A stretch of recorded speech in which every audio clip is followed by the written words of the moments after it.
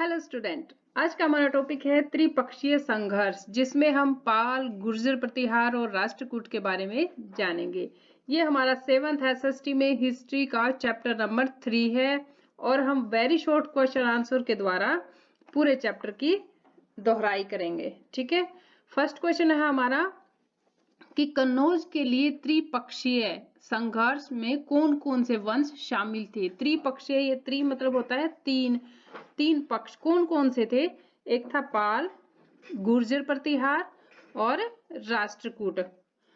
त्रिपक्षीय संघर्ष कब आरंभ हुआ था? तो ये हुआ था 780 ईस्वी में। थर्ड क्वेश्चन हमारा कि पाल, गुर्जर प्रतिहार तथा राष्ट्रकूट, इन तीन शक्तिशाली साम्राज्यों का उदय कब हुआ? तो ये समय था 8वीं से 10वीं सदी के बीच। फोर्थ क्वेश्चन है हमारा कि पाल वंश का प्रथम शासक किसे माना जाता है? तो ये माना जाता है गोपाल को, जो कि 750 ईस्वी में राजा बना था। फिफ्थ क्वेश्चन है बंगाल पर पाल वंश के शासकों ने कितने समय तक शासन किया था? तो किया था 400 वर्षों तक। सिक्स क्वेश्चन है हमारा कि कन्नौज के लिए त्रिपक्षीय संघर्ष में कितने समय तक ये चलता रहा? तो ये संघर्ष जो था चला था लगभग 200 वर्षों तक। सेवंथ क्वेश्चन है हमारा कि किस वंश के शासकों ने बौद्ध धर्म को राजकीय धर्म घोषित किया था? तो ये थे पाल वंश के शासक। एट्थ क्वेश्चन है कि पाल शासकों ने कहां-कहां शिक्षण संस्थानों की स्थापना की? तो ये की थी इन्होंने सोमपुरी में, विक्रमशिला तथा उदंतपुरी में। शिक्षण संस्थान यानी कि पढ़ाई के लिए संस्थान बनाए थे इन्होंने।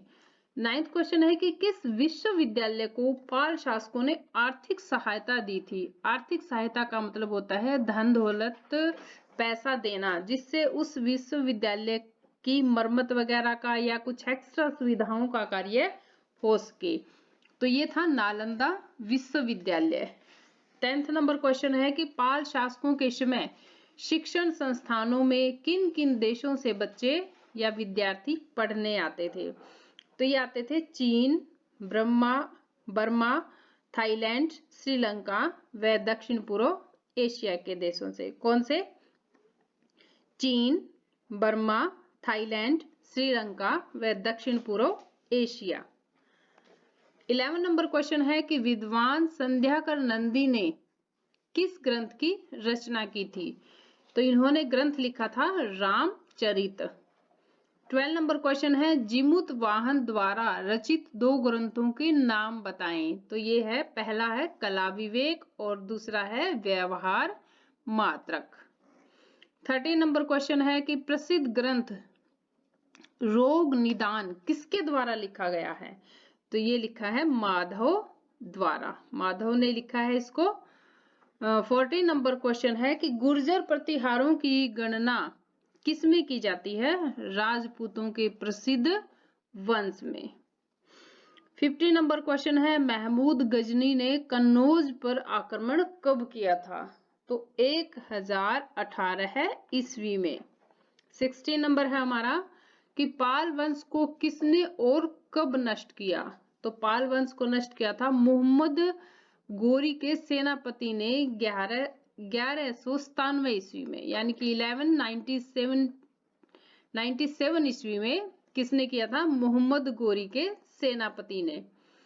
17 नंबर क्वेश्चन है कि पाल वंश के समय बुद्ध की मूर्तियां बनवाई जाती थी, किससे बनवाई जाती थी? काले पत्थर तथा कांसे से। 18 नंबर है राष्ट्रकूट वंश की प्रारंभिक राजधानी कौन सी थी? तो ये थी मयूरखिड़ी, जो कि महाराष्ट्र में है। 19 नंबर है चक्रदूत की रचना किसने की थी? चक्रपाणि ने। 20 नंबर है रोग निदान का लेखक कौन है? माधव। 21 नंबर है व्यवहार मात्रक की रचना किसने की थी? जीमूत वाहन ने।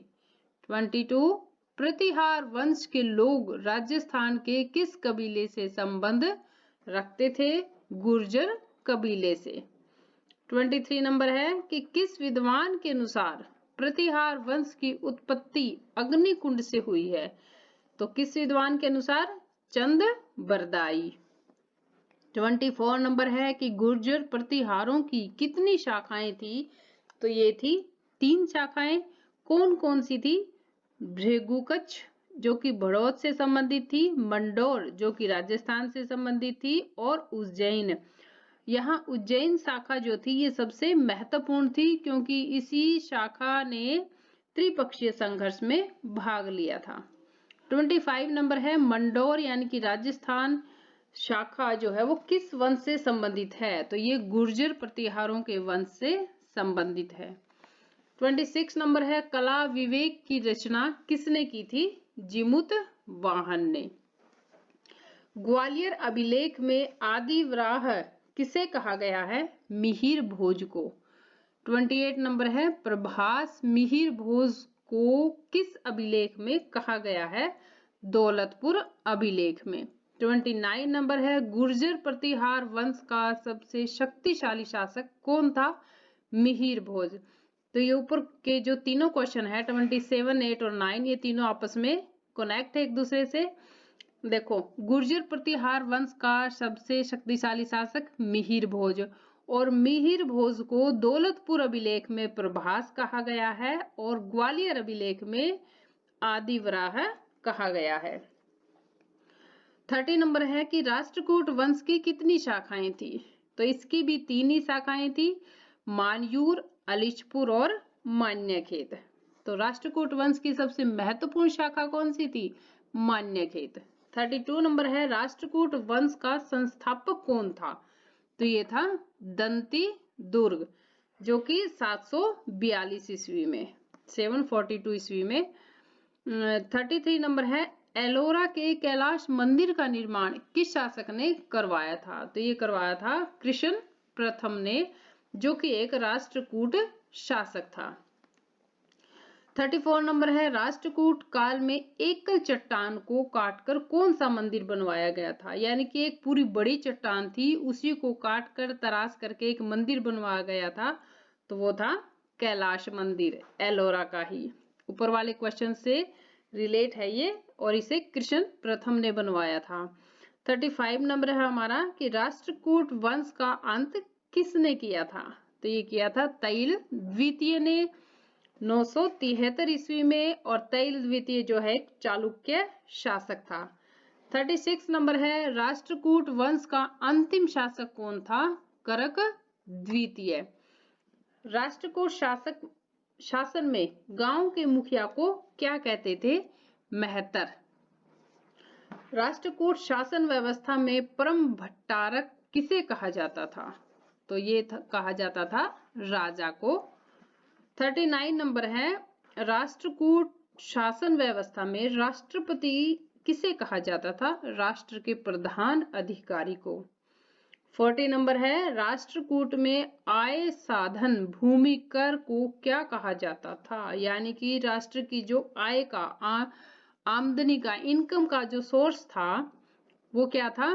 भूमि कर किसानों के द्वारा दिया जाता था, इसको क्या कहते थे? उद्रंग या भोग कर। ये उपज का यानी कि जो भी पैदा होता था अनाज उसका 1/4 भाग होता था। 41 है कि किस काल में एलिफेंटा की गुफाओं का निर्माण हुआ? राष्ट्रकूट काल में। 42 नंबर है कवि राजमार्ग ग्रंथ की रचना किसने की थी?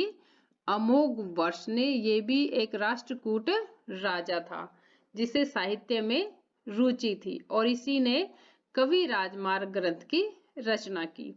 43 नंबर है राष्ट्रकूट शासन काल में कन्नड़ भाषा का सबसे प्रमुख ग्रंथ था कवि राजमार्ग। यानी कि अमोघ वर्ष ऊपर वाले क्वेश्चन में है ना, अमोघ वर्ष ने कवि राजमार्ग ग्रंथ की रचना की थी और ये उस समय का कन्नड़ भाषा का सबसे प्रमुख ग्रंथ था। 44 नंबर है आदि पुराण और हरिवंश पुराण की रचना किसने की थी? जिनसेन ने। 45 नंबर है गणित सार संग्रह का लेखक कौन है? महावीर आचार्य। 46 नंबर है हमारा कि अमोघ वर्ष वृत्ति की रचना किसने की थी? संकटायन ने। 47 है नल चंपू नामक ग्रंथ की रचना किसने की थी? विक्रम भट्ट ने। 48 है कि कन्नड़ काव्य के 3 रत्न कौन से माने जाते हैं? तो ये थे पम्मा, पोन्ना, रन्ना।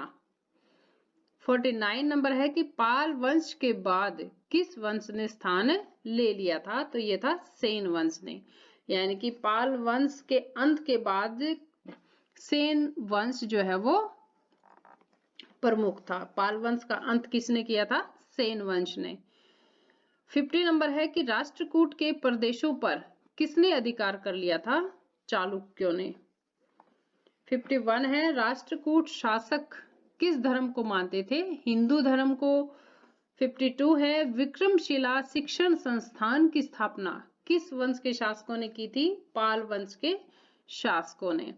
53 है कि कृष्ण द्वितीय ने किन मंदिरों का निर्माण करवाया था? जैन मंदिरों का। 54 है त्रिपक्षीय संघर्ष किस साम्राज्य को प्राप्त करने के लिए हुआ था?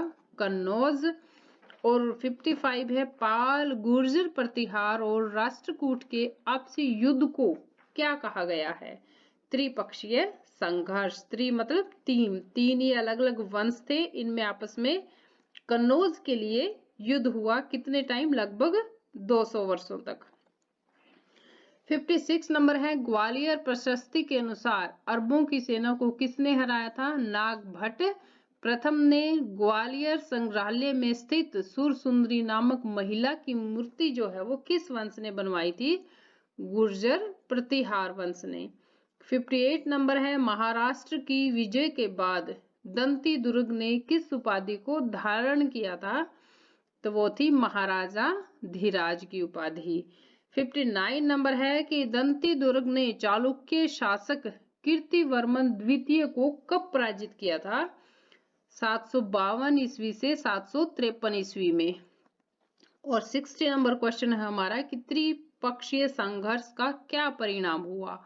यानी कि जो 3 पक्ष थे, पाल, गुर्जर प्रतिहार और राष्ट्रकूट, तो इनका लास्ट में क्या हुआ? इन तीनों में झगड़ा हुआ कन्नौज को लेकर और 200 साल तक लड़ाई चलती रही और उसका परिणाम हुआ कि तीनों राजवंशों का पतन हो गया।